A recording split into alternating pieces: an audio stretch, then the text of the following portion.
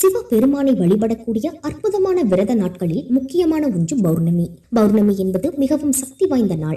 அதிலும் ஐப்பசி மாதம் வரும் பௌர்ணமியில் சிவபெருமானுக்கு செய்யும் அன்னாபிஷேகம் மிக மிக சிறப்பானது. ஐப்பசி பௌர்ணமியில் தான் சந்திரன் தனது சாபம் முழுமையாக தீர்ந்து 16 கலைகளுடன் முழு பொலிவுடன் தோன்றினார். தனது சாபம் தீர்த்த நாள் ஐப்பசி பௌர்ணமி என்பதால் சந்திரனே தனது விருப்ப தானியமான அரிசி கொண்டு ஈசனுக்கு அன்னாபிஷேகத்தை முதலாக நடத்தினார். ஐப்பசி மாதம் முழு நிலவு நாளில் சந்திரன் பூமிக்கு மிக நெருக்கமாக வந்து தனது பூரண கதிர்களை வீசுகிறார். இந்த நாளில் பக்தர்கள் ஈசனை வழிபட்டால் பூரண சந்திர கலையை பெற்று மனம் தொடர்பான சிக்கல்களில் இருந்து விடுபடலாம் என்று சொல்லப்படுகிறது. மேலும் அன்னத்தால் முழுமையாக மூடப்பட்ட சிவலிங்கத்தை தரிசிப்பவர்களின் பல ஜென்ம பாவங்கள் நீங்குமாம். சிவலிங்கம் மீது அபிஷேகம் செய்யப்படும் ஒவ்வொரு பருக்கையும் ஒரு லிங்கத்திற்கு சமமாக கருதப்படுகிறது. எனவே அன்னாபிஷேகத்தை தரிசிப்பதுடன் அதற்கு அரிசி வாங்கி கொடுப்பதும் புண்ணியமாம். அவ்வாறு செய்பவர்களின் 7 தலைமுறையும் பசியின்றி வாழுமாம்.